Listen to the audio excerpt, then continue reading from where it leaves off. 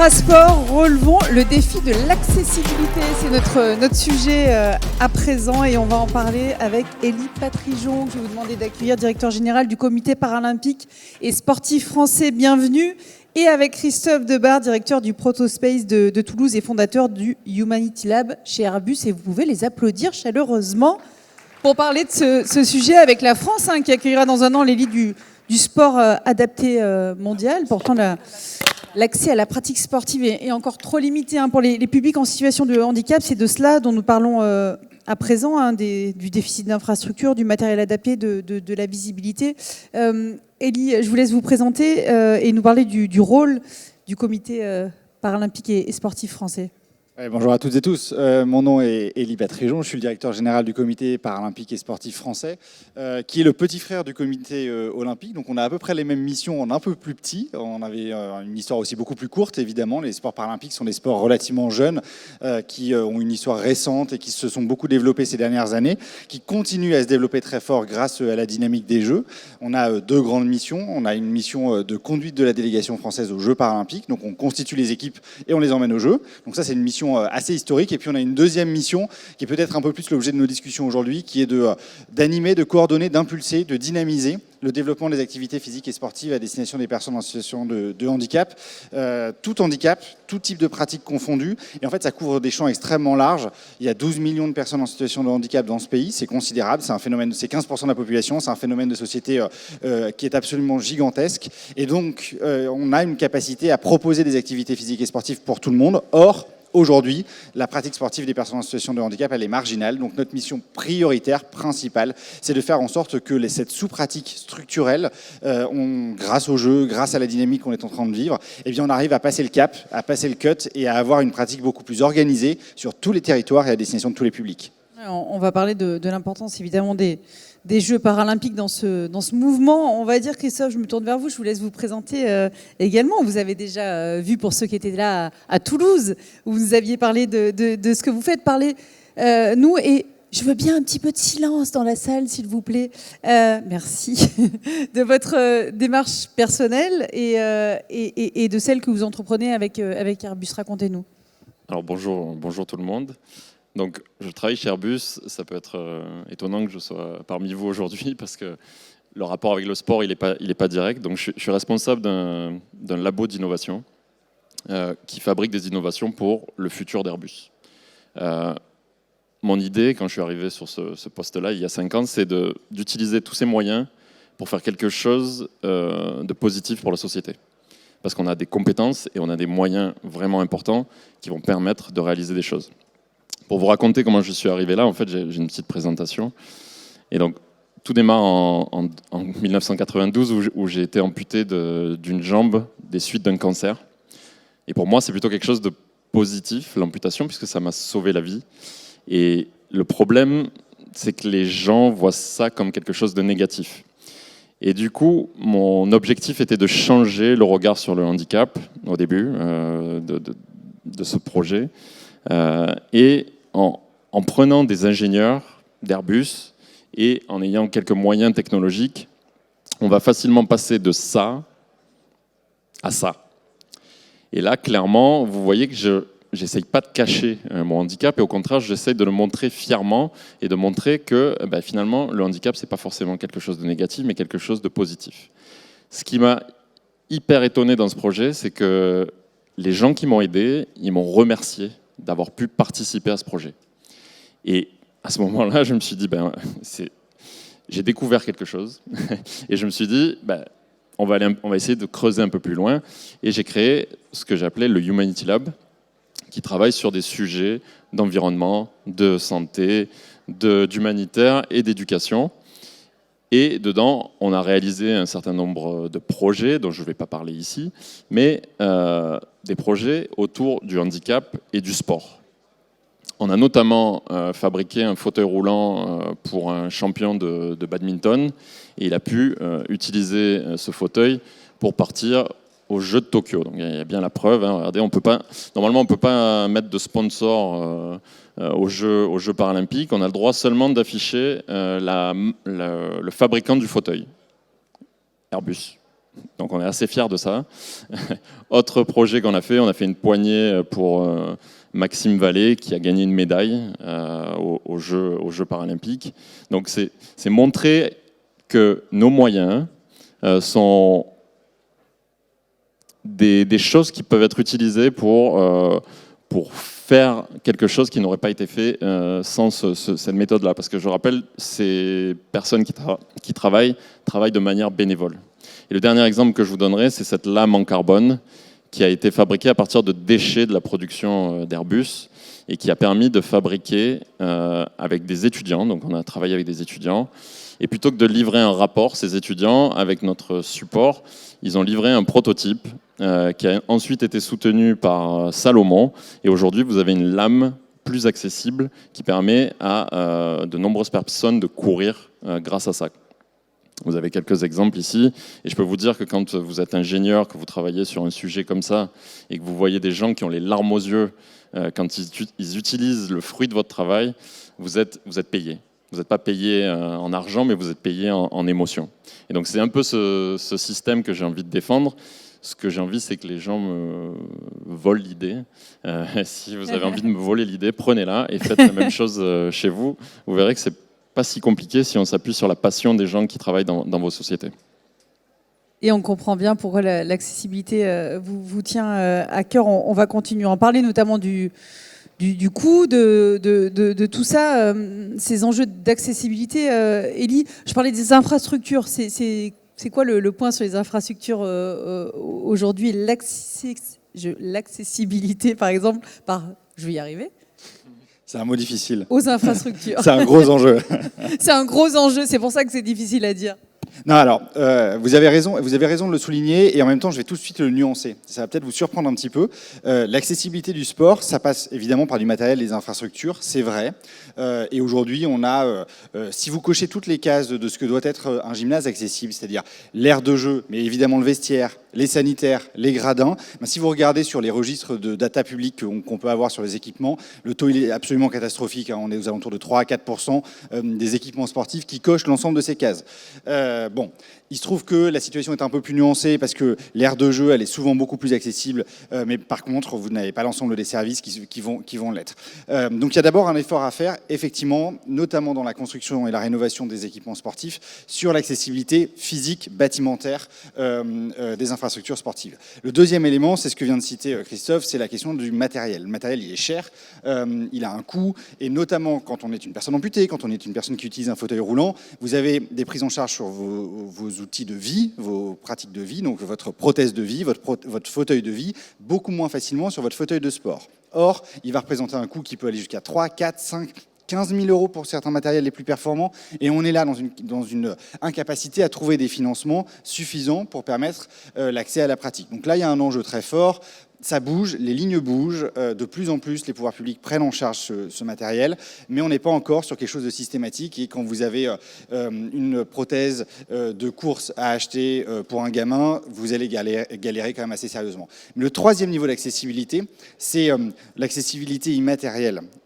Quand on parle des personnes en situation de handicap, on a évidemment ces images quasi d'Épinal, c'est absolument pas péjoratif ce que je dis du fauteuil roulant, de la prothèse, mais ça c'est une minorité de gens. Là, 80% des handicaps ne sont pas visibles. Peut-être que je suis en situation de handicap et vous ne le savez pas, mais pourtant je vais avoir un impact très fort dans ma vie quotidienne. C'est le cas des gens qui vont être malades et qui vont se remettre d'une maladie et qui vont présenter des déficiences qu'ils n'avaient pas par avant. C'est le cas des accidents de la vie, c'est le cas de plein de situations, de milliers de situations. Et ça, l'accessibilité, elle se fait d'abord par la prise en compte des besoins particuliers de l'individu dans sa pratique sportive. C'est la formation, c'est fondamental. Sans formation des encadrants sportifs, vous n'avez pas d'accessibilité parce que vous n'êtes pas en capacité d'intégrer les besoins particuliers de l'individu. Le handicap, il existe, il ne faut pas le nier, il ne faut pas l'effacer, il faut le prendre en compte. Et donc, travailler sur l'accessibilité, c'est être à 360 degrés sur l'ensemble de ces champs et ces enjeux-là pour faire en sorte que les besoins des individus, du matériel à sa spécificité d'individu psychique, cognitif ou physique, puissent être pris complètement en compte dans la pratique sportive.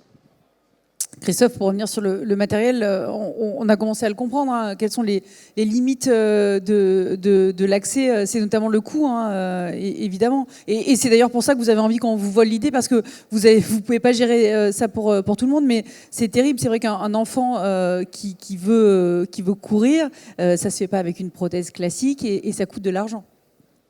Alors, la chance pour les enfants, c'est qu'il y a aussi des associations qui permettent l'accès gratuit à ce genre de matériel, par exemple, pour courir. Là où il y a un effort particulier à faire, je pense aussi pour l'accessibilité, c'est les professionnels de santé. On s'est rendu compte, en fait, en faisant le projet Hopper, la lame de course que j'ai montré tout à l'heure, qu'un des gros déficits, en fait, c'était pas forcément les clubs, c'est directement à la source. C'est les professionnels de santé qui ne sont pas en capacité ou pas suffisamment formés pour proposer des solutions à leurs patients.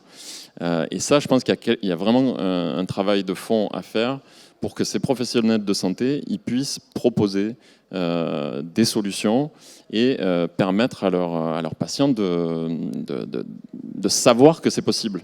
Et une autre chose, il y a le matériel, le coût, c'est une évidence. Il y a que, alors je parle pour les amputés, pour les fauteuils et tout ça, je ne connais pas, mais pour les personnes amputées, il y a une espèce de monopole. Il y a 2 grandes marques qui font des prothèses et les tarifs sont relativement hauts comparés à l'ingénierie qu'il peut y avoir derrière. Après, ça peut faire débat, ce que je dis, mais je trouve... Ce que vous voulez dire, c'est qu'elle coûte plus cher que ce qu'elle devrait coûter ? On m'avait dit que c'était impossible de faire une lame en dessous de 2000 € pour une lame en carbone avec laquelle on peut courir. Et on a fait une lame. Alors c'est une start-up qui a été créée, c'est pas Airbus qui produit ces lames. On a juste aidé à industrialiser cette solution. Mais ce qu'ils ont innové avec cette start-up, c'est qu'ils ont affiché un prix public. Alors ça fait pas plaisir forcément à tout le monde, mais vous savez que si vous voulez une lame Hopper, ça vous coûtera moins de 2000 € en comptant les frais du prothésiste. Et ça, jusqu'à présent, ça ne se faisait pas, et c'était toujours un peu flou de combien ça coûtait. Et donc là, il y a une révolution à faire pour permettre d'avoir du matériel qui vient d'autres sociétés, d'autres startups, qui vont proposer des produits et qui vont permettre de baisser les coûts de ces équipements. Et la deuxième chose qui est ultra importante, c'est les références qu'on va avoir. Quand on se met à la course à pied, et qu'on n'a jamais couru, et qu'on est valide, c'est difficile. C'est difficile, on a mal, mais on voit tellement de gens courir autour de nous tous les jours qu'on se dit, bon, bah, ok, lui il y arrive, je vais travailler un peu et je vais y arriver. Quand on a un handicap, on va courir, on a mal, et on se dit, s'il n'y a personne qui court tant que ça, c'est qu'il y a certainement une raison. Et donc, ce qu'on a besoin aussi, c'est de travailler sur la visibilité de ces sports.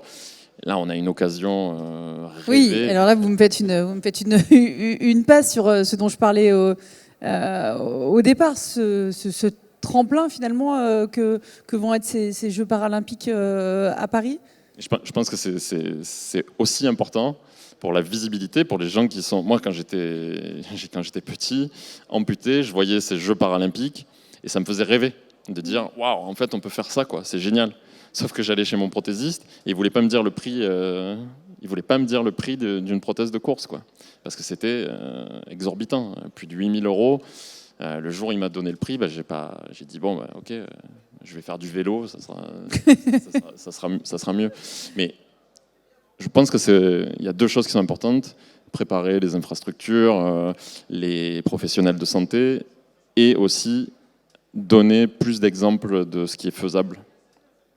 Et allier les entreprises aussi à ce travail comme vous le faites avec Airbus. Et Élie, je vous laisse répondre sur ce tremplin, évidemment, des Jeux paralympiques et sur les infrastructures, sur cet objectif qui a été donné par votre présidente, Marie-Amélie Le Fur, de 3000 clubs inclusif, qui accueille des personnes en situation de handicap.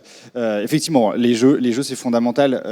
En fait, ils nous permettent de faire rentrer l'idée que c'est possible dans la quasi-totalité des foyers qui sont concernés au moins, mais je pense bien plus largement que ça.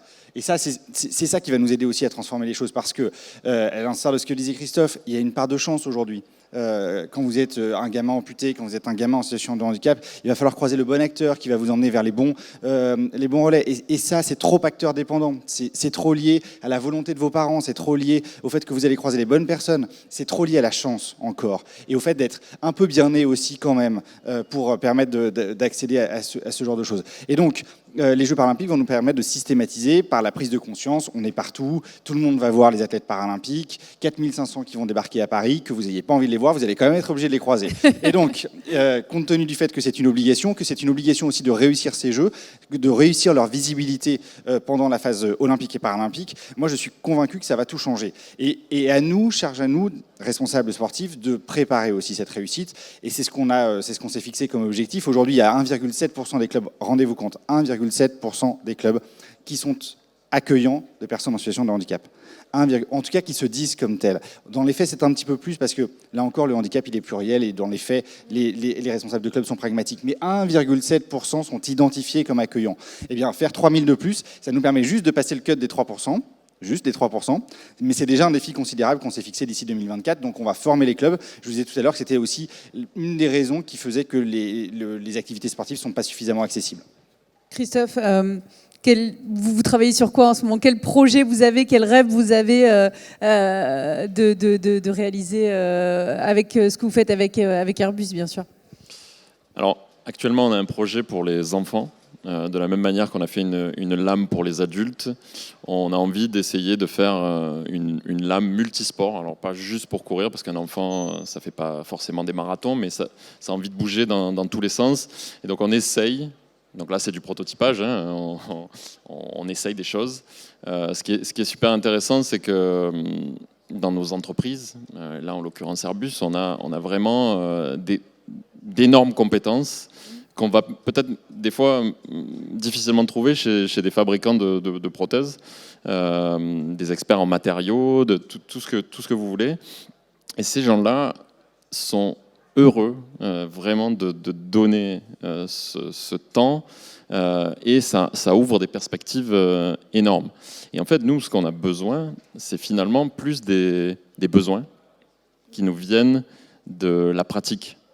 Et là, j'en profite pour passer ce message. Si vous avez besoin de choses qui font appel à la technique, à la technologie, nous, on peut y répondre.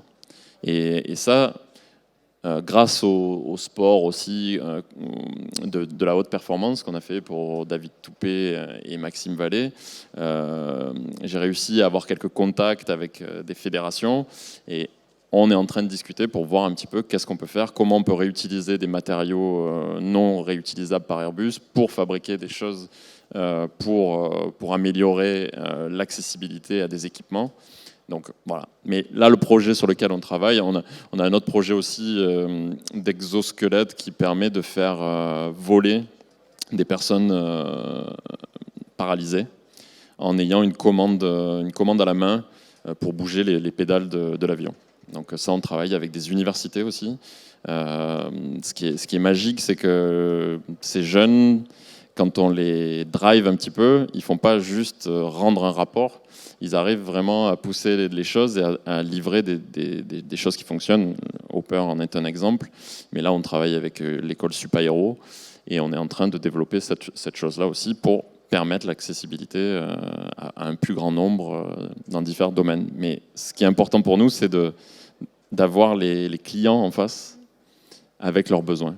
Si vous avez des défis, voilà, pour Christophe Debar, il les attend. Merci beaucoup. Merci à tous les deux. On peut les applaudir d'être venus nous parler de ce défi de l'accessibilité dans le parasport. Merci. Je vous raccompagne. On va parler dans quelques instants des solutions et des innovations pour un sport responsable. À tout de suite.